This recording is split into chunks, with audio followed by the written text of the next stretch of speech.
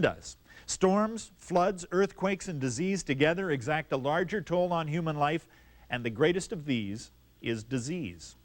Now, for us here in the Okanagan, we may have a false sense of security because most of us have no memory of anything like that happening here. But Bill Knowles does. He remembers a period of just over 20 years between 1918 and 1938 when 3 epidemics swept the Okanagan. 3 different diseases that seemed to claim different segments of the population with each visit. Bill is a longtime resident of the Okanagan, and on this edition of Pioneers and Places, he'll tell us how the tiny communities of the Okanagan were affected.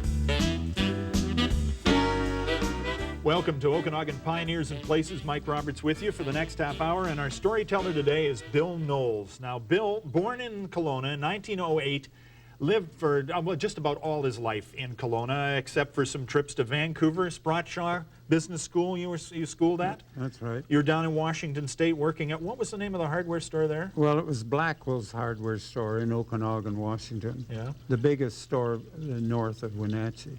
But, hey, that's quite a statement to make. Yeah. But basically, the Okanagan's been your home for all of the 20th century. You'd say that, yeah. You're right. When we take a look back at, seeing as you're born in 1908, we got to pick this up somewhere along the line. So I guess around 1918, you'd be 10 years old. And what kind of activities did 10-year-olds in the Okanagan find themselves doing spring, summer, winter, fall? Well, life was pretty easy in those days. And from 10 on for 2 or 3 years, we always went to Sunday school. Yeah. Then we would grab our bikes and go for bicycle rides, go hiking in the mountains, go across the lake on the old Arisha. Len Heyman ran it, and go up Bear Creek. Life was very, very simple. We just... it was outdoors, it was lake. It was mostly outdoors. You dug tunnels.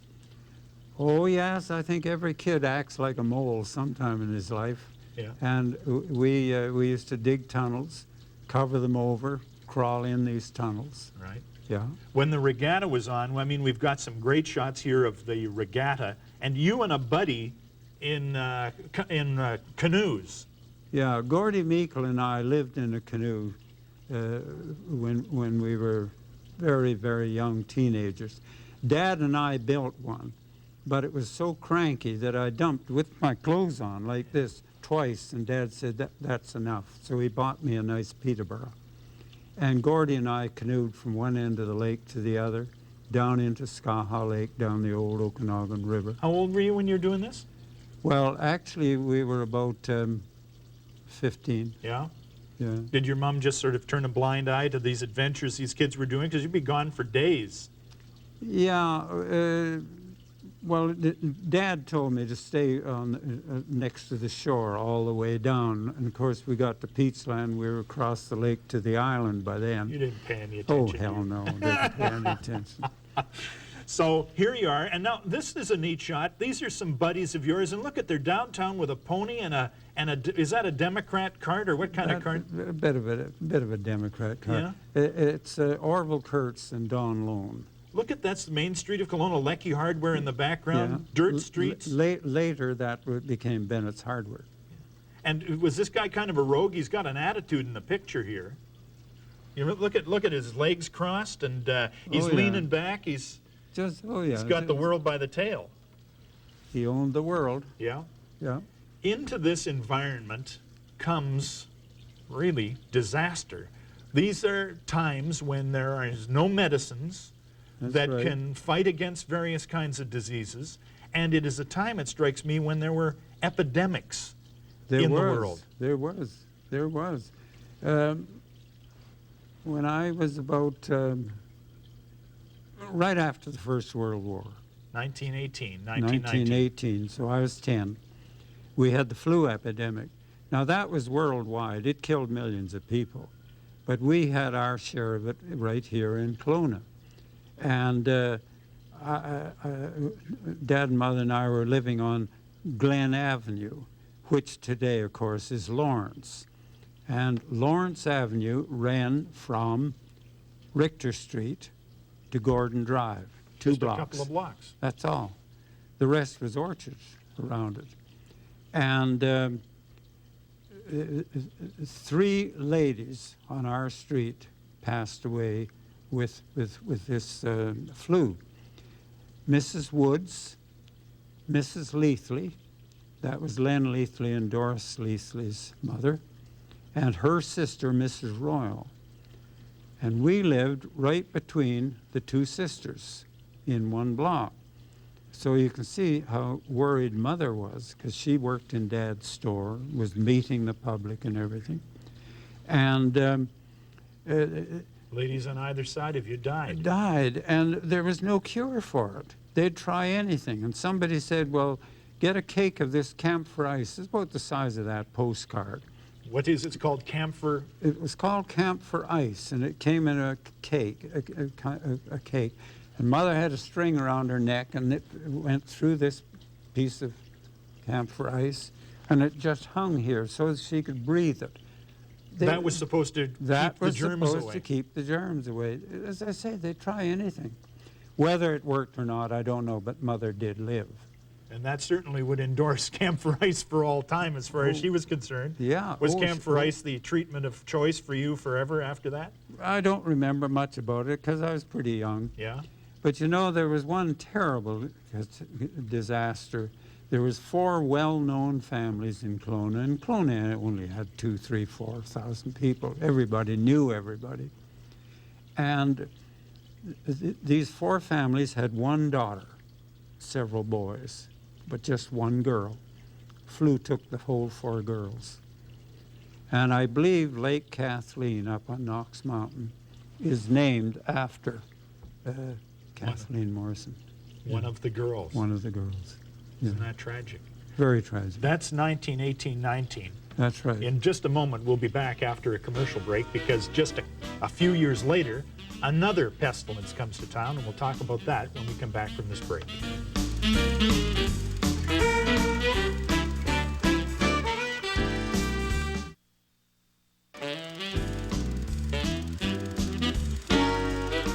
Welcome back to Okanagan Pioneers and Places. Mike Roberts with our storyteller today, Bill Knowles. And in addition to talking to us, Bill Knowles writes a column for the Capital News and has done for a long time, chronicling history. You consider everybody's story important. And that's a statement we really want to make today, that if you've got a story or a history, write it down. I'm always telling people, for goodness sakes, tape it if you haven't got the time to write it down. But you probably know more stories than I do. Get them down on writing or get them on a tape. And even if you don't know all the details, some of the details will join up with somebody else's details. Sure. Oh, sure. But it's an awful job to get them. To do it. Yeah, it certainly is. And you've seen good stories just... Oh, just vanish, yes. I'm not going to relate them now. But it's sad. And I don't know, I just, one time, it was 2 or 3 years ago now, I guess, decided to write an article or 2 on regatta. And that kind of got me going. Just start doing it, and it'll be priceless in the final analysis. Well, I think so. I think so. And these stories, I really wrote them for the old-timers. I thought, well, it kind of brings back old times. But you'd be amazed how many young people, especially young girls, I love that, will come up to me and say, gee, I didn't know Kelowna was a swamp. I didn't know that if you camped down at Manhattan Beach, the men had to row uptown to work because everything was a slough. And it's rather interesting that these young kids Identifying with history. Yeah. Which now leads us to our next epidemic that we want to talk about, 1925. So just 6 years later, after the Spanish influenza claims these people, right. you come down with typhoid fever. And I was in high school then, grade 10, and I remember just being violently sick one morning, and the next day Dad and Mother bundled me up and put me in the old Chev car, the Chev 490, and I can see Dad cranking it up, and he took me to the hospital, and I was blacked out for the next 3 weeks, don't remember a thing. And when I came to, Dr. Knox was sitting beside me. Incidentally, Dr. Knox is probably more responsible than anybody for Dad and Mother coming to Kelowna. He met them in Vancouver, and he gave Dad a sales talks. And here he showed up, and the rest is history. And the rest is history. And now he's looking after you. Now he's typhoid. trying to keep me alive, you see. And he said, "Now, Billy, you must not eat any solid foods," because he says this fever, typhoid fever, has taken the lining out of your stomach. And he said, I had a patient here a while ago that was ravenous after being so sick, and he reached over to a plate on a patient next to him and grabbed a piece of bacon and chewed it up. And he was dead in 2 days. So this had the desired effect on a 16-year-old? I stayed on a milk diet for about 3 more weeks. Now that is a disease you came down with. I mean, did any of your associates come down with this as well? Our assistant scoutmaster died with it while I was in the hospital, and 2 or 3 others, but I really don't remember who they were. But it took its toll. Well, that is a horrendous disease, and look at you, you're a pretty vigorous 90-some-odd. Well, I thrived through it, and I always bring this in as a bit of a joke, but when I went back to school, first of all, Reg, it'll come to me. Yeah. A druggist here in town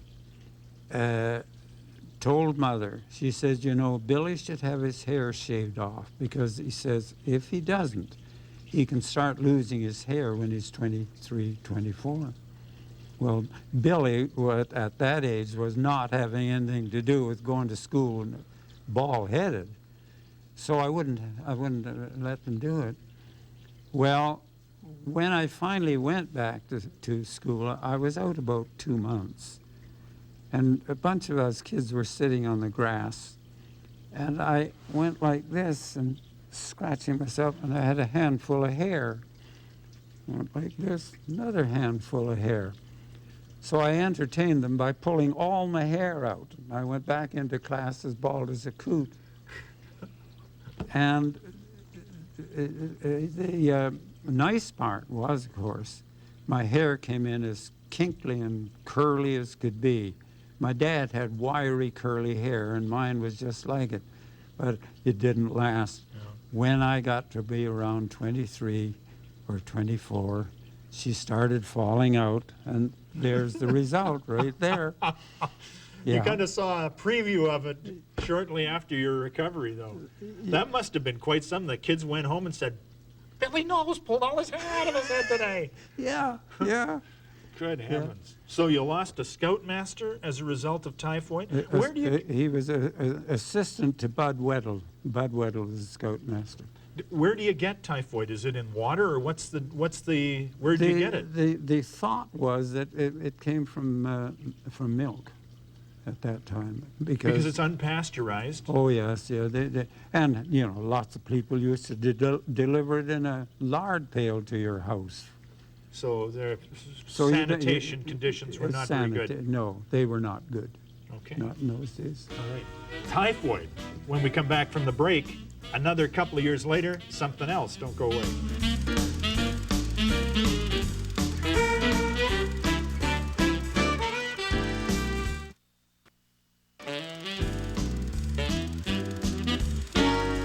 Welcome back to Okanagan Pioneers and Places. Mike Roberts with Bill Knowles, talking about the epidemics that swept the Okanagan. 1919, the Spanish influenza, 1925 typhoid, and 2 years later, 1927, polio. Now, polio, that is a scourge that affected my generation. In the 50s, I had a cousin who came down with polio, and there was a great worry that there was another, epidemic going to start, but they had no Salk polio vaccine in 1927. That's right. And I only more or less have to go by hearsay on that one, because 3 weeks before polio hit Kelowna, I had moved down to Okanagan, Washington, and was working in a big hardware store, general store down there. So I missed it, for which I'm quite thankful, because it took a lot of single boys around Kelowna. The Galbraith boy, and I think the Hunt boy, and I remember the Taylor family that lived just up Bankhead. He was quite an athlete, and he passed away. And it seemed to pick on quite a few strong, athletic boys in those days. Anyway, that epidemic was so bad that they closed the theater, they closed the churches, and they closed the Schools, obviously. schools. And every school kid in Kelowna had to stay in his own dooryard for about 6 weeks. Now, when did the outbreak occur? The outbreak occurred a couple of weeks after school started. So around September sometime. Yeah. And so everybody suddenly finds themselves out of school for how long did you say? Well, according to, as I say, it's hearsay, but It's pretty good hearsay. Joyce, my wife, said it was about 6 weeks, because she and her 5 brothers and sisters were penned up on St. Paul's Street for 6 weeks. They weren't supposed to go out of the dooryard. So the whole place was quarantined. The whole town was quarantined. What did kids do for 6 weeks while they were waiting for this monster to happen through the neighborhood? Well, taking Joyce's family as an example, there were 6 of them, and they'd play marbles. They'd play this game where you throw a ball over the house. Ante-over. That's right, yep. And they made stilts, and they'd see how high they could get them without falling. And sometimes they'd open the gate onto St. Paul Street and sneak down the road a little ways, or Stilting down the road. sidewalk, stilting. And they'd hear a car coming or a buggy or something, and they'd rush back and close the gate and stay in the yard. And then they built tunnels, and they'd cover them over and crawl around. I think every kid goes through this mold stage of digging tunnels. But can you imagine, I don't know, can you imagine what the nervousness of the community must have been like when you're watching fit, strong, healthy people suddenly be taken? That's right. But that's the way. And like the flu epidemic, in my recollection, picked on girls and ladies. This picked on boys. Yeah. So these days we think to ourselves, when there isn't the Russian threat to worry about now that the Cold War's over, we think about the asteroid threat, and we think about the epidemic potential pandemic. You guys were living with that. I mean, 1918, 1925, 1927. Then there was tuberculosis was killing people left and right. Yes, I haven't any. I know Dr. Utmar did a lot towards getting rid of TB. For one thing, he made a valiant stand of getting rid of mosquitoes. Kelowna, in those days, you were eaten alive. Everybody had a screen porch because you'd be eaten alive with mosquitoes because all of Kelowna was sloughs. And swampy. A lot of people, including myself, just wonder if these sloughs didn't have something to do about some of these epidemics. Because I've forgotten whether I mentioned, but when I moved down to Okanagan, we never heard of this polio. So there wasn't a commensurate epidemic in, say, Vernon or Penticton at the same time? I don't think so. I don't remember hearing anything about it. I heard Now, that I stand correcting, but I don't remember. I had heard that there was actually roadblocks on the road between Kelowna and Penticton to keep people from going down there because of, I've heard that too. Yes, and that I've was a heard it. fear of the disease, fear Sure. of spreading the disease. That's right. I think Kelowna had, I really do think Kelowna had more than its share. There it was. And I blame it to our high water table. You know those schools on Richter Street, the two big two-story brick Central schools? and DeHart on there, yeah. They're built on top of the ground because the water table in those days was just a foot below the ground. So there was swamp everywhere. There was swamp everywhere. We kids used to play hooky from school and walk through the marshes out to Buckland Avenue, and we had to cross planks everywhere. And like you said, the men couldn't come in from where Riverside Sawmill is now. They'd have to row into town because it was all swamp in that area. When Dad and Mother and a bunch of them camped at Manhattan Beach, that's correct. The men, rowed over to town. You couldn't walk from Manhattan Beach to town. Now, people built things like preventoriums. There was a preventorium built at the base of Knox Mountain. I think Dorothy Zollner wrote about this. Yes, she did. And Dr. Utmar pioneered that. And was that an attempt to deal with these diseases or just sort of general poor nutrition?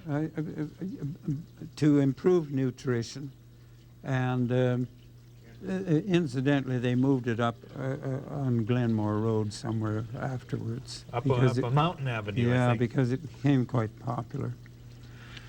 But despite all that, you survived, and you said you had a carefree life despite all of this stuff happening around you. Oh, I've had a great life. You mentioned Joyce, your wife of how many years? In 2000? 60? Well, about 63 years now. Yeah? Yeah. Your greatest partner you could possibly have? Well, it was the best thing I ever did was taking a radio up to her house and seeing her at the door. From then on, why, I courted her and then married her. And I won't say we've had a dull life, nor we haven't had a few fights. But in those days, we talked things over. Yeah. We didn't walk out on one another. And the whole family was that way. The whole family, except one. But the five of that family all stayed with their partners. Well, congratulations on finding your life's partner. Maybe it was a lucky thing that you didn't complete high school and that you stayed here, because you might have missed the whole issue if it hadn't been for that. I've often said to Joyce, if I hadn't stayed in Kelowna, I'd have never met her. Bill Knowles, thank you very much for coming in. Great story. Maybe we can get you in for some other stories as well. Bill Knowles on today's Okanagan Pioneers and Places. We'll see you again next time.